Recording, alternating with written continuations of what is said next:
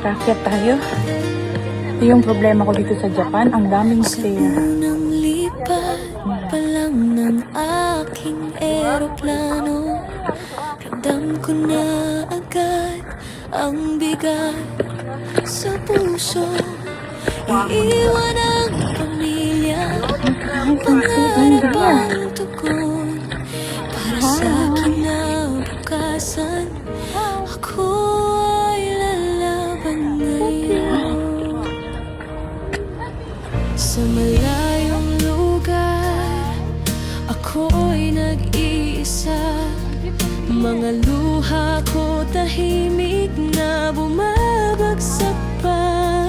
Pero tuwing naiisip ko ang mga mahal ko, biglang lumalakas ang loob ko.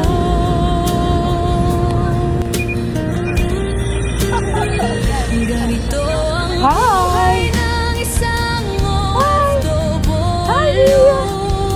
Malayo man ako't pag-ibig ko ay totoo.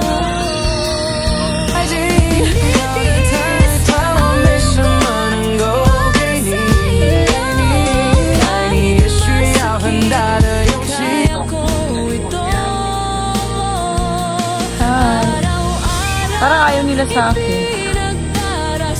Dahil wala akong pagkain. Ganyan naman to sila eh. Pag may pagkain ka, magbabaw sila sa iyo. Pag wala, dead ma. Diba? Hi! Hi! Ang taas ng ano niya.